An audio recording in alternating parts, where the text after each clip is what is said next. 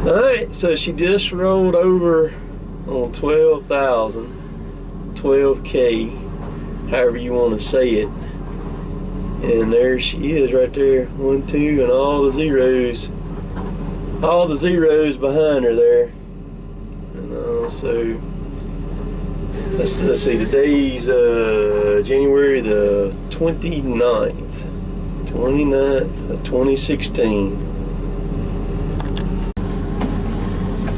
Alright, man, so I just showed y'all my loader rolled over 12,000 hours just a little bit ago, and stacked some wood around here right quick. Of course, today's Friday. I think we're gonna work tomorrow, Saturday, but I'm not gonna be here. I got some other stuff I got to do this weekend that I'm gonna do, some fun stuff, but and I'm on video some of that, so y'all will be going along with that on me too, or whatever. But today's video, what I'm gonna do is I'm gonna tell a story, and this story goes back all the way back to 1990.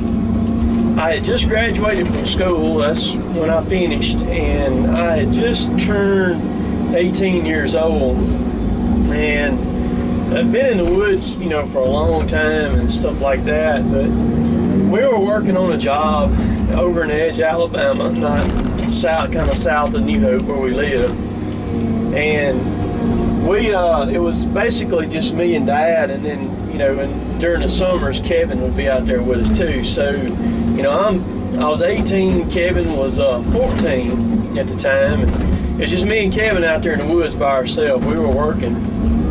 Well, I knew that Dad had a note coming due at the bank that was coming due that Friday, and I knew that he didn't have the money to make that note. And I mean, I knew he was close. I knew he was going to be a little bit short. And so there was one mill that we were hauling to that was up the road there, about 20 miles or so from where we were working, called Mac Shan Lumber Company. And the way that Mac Shan worked was, as long as you hauled in there by Thursday evening, that they would pay you on that Friday. They would pay you for anything you would haul, you know, through that Thursday afternoon. Well, my goal was, I'd never driven a truck on the road. I'd driven a truck in the woods a little bit and everything like that, but I'd never been out on the highway with one, and especially one loaded. And I didn't have my CDLs or nothing like that, but I wanted to haul a load. I wanted to get a load in the mill, you know, because I knew that if I could get one load in the mill, that would cover everything on Dad's end. So me and Kevin worked and got a load of, that was pine grade logs, 16 6s, 12 6s and 12 6s and 16 6 cuts. Good stuff, old growth stuff. We were buying our own timber at that time. So we loaded the truck, didn't load it all the way. I loaded it a little bit light, and that was on purpose. And we had a bad hill to go up into the blacktop right there, and I didn't really know all of what I was doing and all that, but you know, I was willing to try. I had talked to some other drivers about, you know, how to shift, how to downshift and stuff like that, and they'd given me some pointers and, you know, stuff like that. But so I got Kevin to get on the skidder, and we had bought that year, just right before that, we bought a brand new 648D grapple skidder, John Deere, from Warrior. It did come from Warrior. Come from Warrior Tractor over in Northport, Alabama. And I got Kevin on that skidder, and we hooked it to the front of that truck, and we pulled that.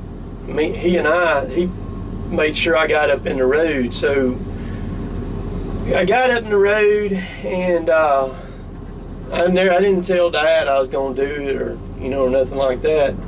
And so Kevin, we got pulled up, unhooked the truck. Kevin jumped in the truck with me. I had one real bad hill to go down that I was worried about. but I knew I could probably make it. So me and Kevin took off down the road. We were running back roads, and we started down the hill, and I got in about 3 lower gears than what I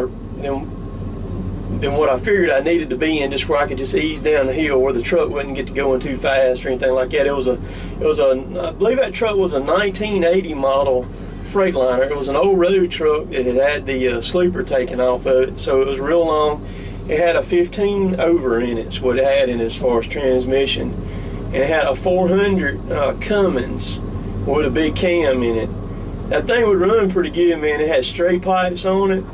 The jakes were just loud as heck, man. You could flip them jakes on in that thing, and it just beller, man. I mean, it beller. So me and Kevin, we made it to the highway, to Highway 82, and I made that ride on 82. Went a few miles down Highway 82, and there was Max-Shan, and I made the right off into the mill right there. You know, I done made it, you know, and everything. Well, you scaled yourself in when you got there, and they used to have a lady who worked there in the scales. Her name was Vesta May. I don't think I ever knew her last name, but Grover and Lil G, they know who I'm talking about. But anyhow, Vesta May, I walked in there and she helped scale me in. She got me showed me what to do to scale in and all that. So got scaled in, drove on down the crane. I knew I could back the truck up. That was no problem. I could back. I've always been able to. Right there, just nice. I've all Chad's struggling out there. But I've always been able to back the truck good, mirrors, all that stuff like that. So I mean, I knew I could do that, and so we pulled down there to the crane, and where you pull down to, the way they had it set up, you had to back into the crane from a 90-degree angle. Well, I knew I could handle that. Well, Kevin and I pulled down there, jumped out of the truck, pulled the cables off the load, and I backed up under that crane. It's a black guy runs a crane, and I think he still runs a crane now and everything, and you know, he told me where to stop, and I stopped, and he took the back bunk off, and then of course you had to get back in the truck and back on up to get the second bunk, you know, the front bunk off, and I did that, and he got it off, and of course I knew I was home free then, man. I was unloaded, you know. I mean, I didn't have no weight on me no more, so you know, it didn't matter. You know, I was good to go then. You know, I had done mission accomplished, Jack. Man, I mean, I was tickled. But so pull back up there on the scales. Of course, I had to get back to the woods too. Pull back up there on the scales, and got weighed out and everything. You know, me and old Kevin, we headed on back to the woods and got back. But I've always been a person to never quit. Never quit. And I called Dad that night, and hang on. So I called Dad that night, and I told him what I'd done. My dad worked another job. He worked from 3 in the afternoon to 11 at night at a local manufacturing place there in Columbus. And he didn't say nothing. I know he was thinking, you know, you're an idiot, you know, and everything, which I was. I mean, I shouldn't have been doing that, you know, or anything like that, you know, because, I mean, if I'd had a wreck or whatever, you know, that'd just been just awful, you know. But that didn't surprise Dad.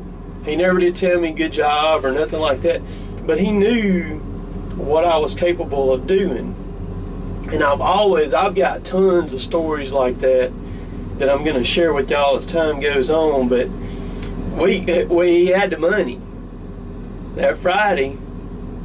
I think I actually went down there that Friday and picked that check up for him to where he would have that money. And just good stuff, very risky stuff, but I'm a survivor type of person, you know what I mean? You know, and I don't you know, the way I look at things is, you know, I'm not just looking down the road. If I'm firing a shot or I'm doing something out there, I'm not shooting for right down there at 100 yards or anything like that. Man, I'm going for the moon. I want the moon. I don't want to settle.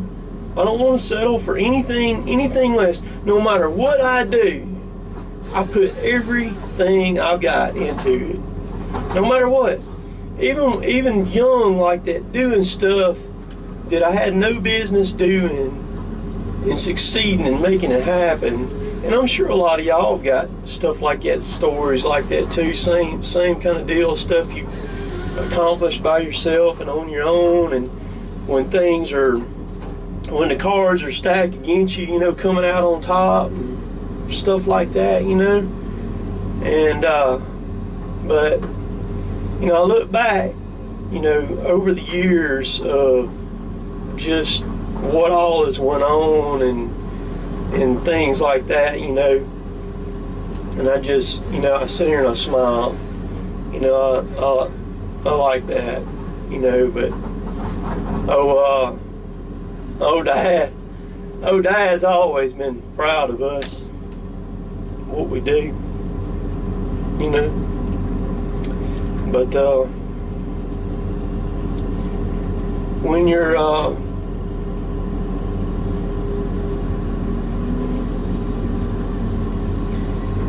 you're passionate about things, you know, sometimes it's a little tough to talk about. And the thing is we came from nothing.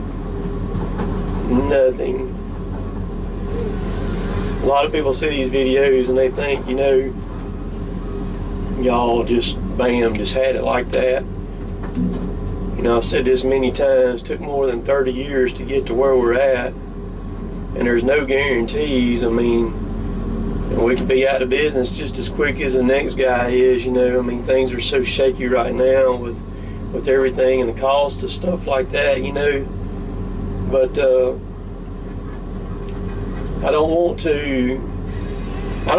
way I look at things too is I never want to look back and say I wished I would have done this or I wished I would have done that. I want to take every opportunity that's given to me, and even opportunities not given to me, to make opportunities happen. Just like going to the mill to get that load in there so that we would have the money and everything like that. So